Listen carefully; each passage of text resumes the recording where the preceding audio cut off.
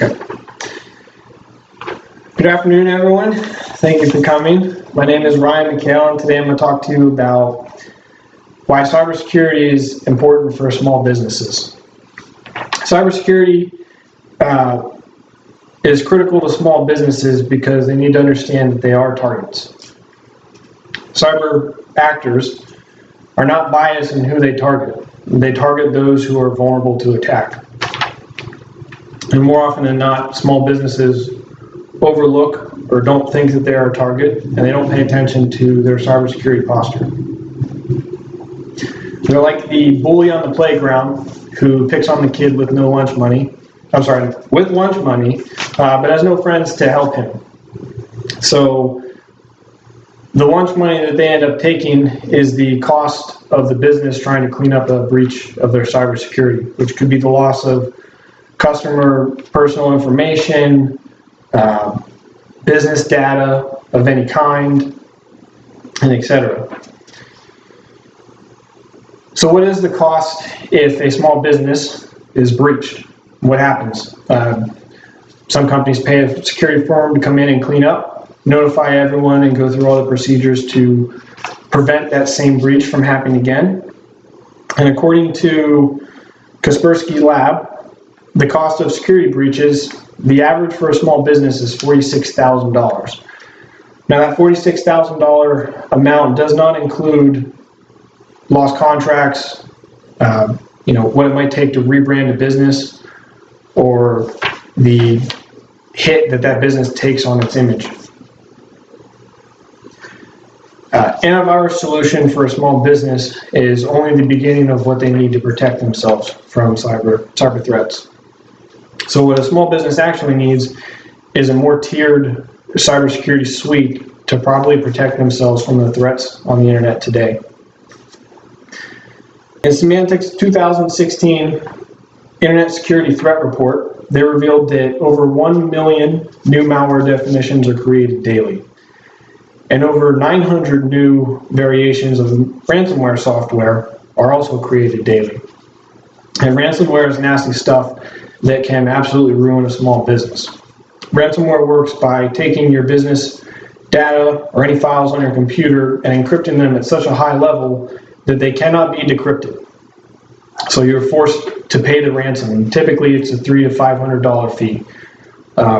But in some instances, that ransom has gone up to $10,000 or $20,000. So I'm not sure what small business out there puts it in their budget to pay for ransom fees, but it can easily be protected by a well-versed security suite. A lot of small businesses employ something called bring your own device. And this can be very risky for a small business because what ends up happening is employees bring in their own devices, they do work on it, they save work data to their machine, they take it home, and then they do whatever they do with their home life on the internet, they download software, etc. They also run their own antivirus, if not provided by the employer. So the risk there is that they run a free antivirus with basic protections, or they install a bunch of software and they never update it. And that leaves a vulnerability gap that the machine is at a high risk for compromise. So I'd like to explain the difference between malware definition and a vulnerability. Malware definition is what your antivirus protects, and it's a string of code that is known to be malicious. And a vulnerability is a weakness in an application waiting to be exploited. So you leaving your house and leaving your door open every day is kind of a vulnerability.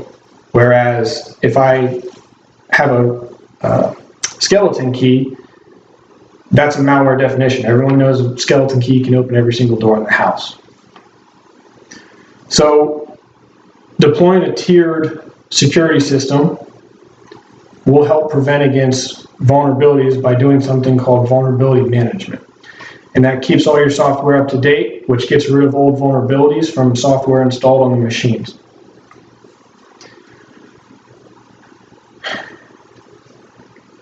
So Why would a small business not protect their business data or their employees?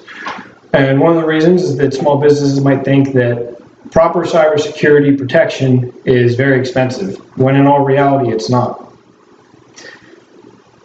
Intel Security, formerly known as McAfee, offers a small business product for $29 per machine that is a comprehensive security suite that protects against all the malware definitions or viruses. It also protects against ransomware. It provides data security. It also protects against web-based and email-based attacks, phishing emails, compromised websites being used maliciously, etc. And in a small business of 50 users, that would only cost $1,450 a year. So compared to the cost of a breach, which is $46,000, you can see in the chart that for $1,450 a year, you can protect your network, which is 3% of the cost of recovering from a cybersecurity breach, which is $46,000. And it's a substantial difference. Extremely easy to do. A lot of the security suites are going to even offer virus removal. If your machine gets infected while you're running their security, they'll remove it for you, and they take all the work out of the picture. So, small businesses should not be fooled by a basic antivirus software and thinking that it will properly protect your business and your business information from cyber attacks. The advanced threats that exist on the internet today will bypass it extremely quickly. So using a tiered cybersecurity suite, any of the ones offered by Symantec, Intel Security, or Kaspersky provide an in-depth layered protection.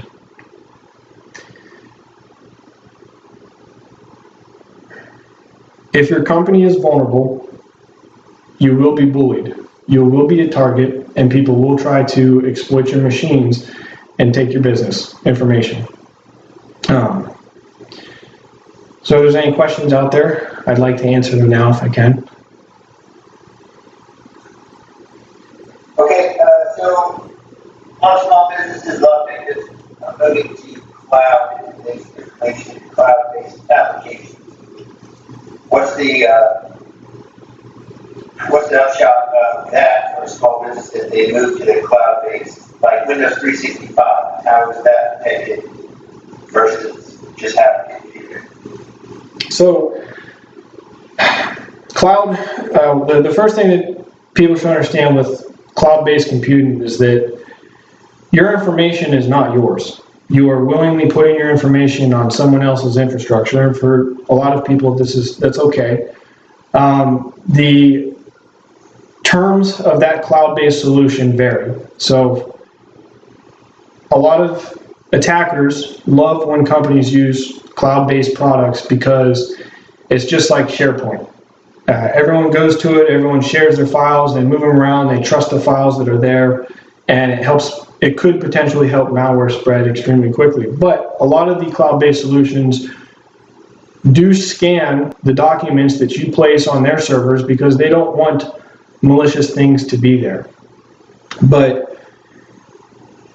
the advanced threats that are out there, the things that are known as 0 days, have no definition yet. They have not been caught as malicious. So they go undetected for a long time until someone discovers them. So cloud-based solutions offer their own protection, they protect themselves, but you would still need to have your own security system or software suite to protect the information you are putting on the cloud and pulling down. The cloud itself will not protect your data. And if the cloud-based company that you were using is compromised, that's potentially your data is lost. So Office 365, for example, there's two checks that would happen. There's a check at the cloud-based on their whatever security systems they employ, and then whatever you employ locally on your machines. So the potential is always there to bypass both, but you still need to have your own security system locally, because the information coming from the cloud should not be completely trusted.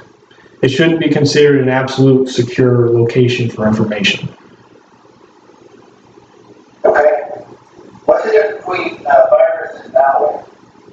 So I use the terms virus and malware interchangeably, and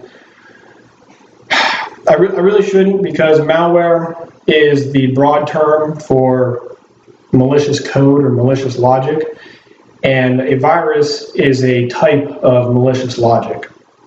So a virus is, by definition, something that infects your machine and does something. But it doesn't try to spread, it doesn't try to replicate itself, it just gets on your machine and it does something. Like it opens Internet Explorer 100 times, or copies and paste files 1,000 times. Whereas a Trojan is malicious software that gets on a machine and then tries to replicate and spread across the network. And do you need to put this on security cameras, and is there a way to do that? Like, we have a security system at our building. Yes, you should. So a lot of security systems, a lot of security cameras in particular, run a Linux kernel 2.4. And it's been used forever, and it's used by very simple devices. And if possible, a lightweight version of an antivirus should be installed on that system. If you remember last year, big hack happened. They called it the Internet of Things hack, where all these security cameras, DVRs, Rokus, etc., were infected with malware and were causing denial of service attacks across the internet. They ended up shutting down Netflix and a couple other big websites. And I say, if possible, you should install this software on those devices, because sometimes you can't. So a lot of those security systems are hard-coded so that you can't actually install any additional software. But people use them maliciously by executing commands out of the memory. So you can, for those, you can change usernames, you can change passwords to try to prevent them from being broken into. More questions? Do you have any questions? No more questions. Well, that's all questions. That's all I have, and thank you for attending my speech today.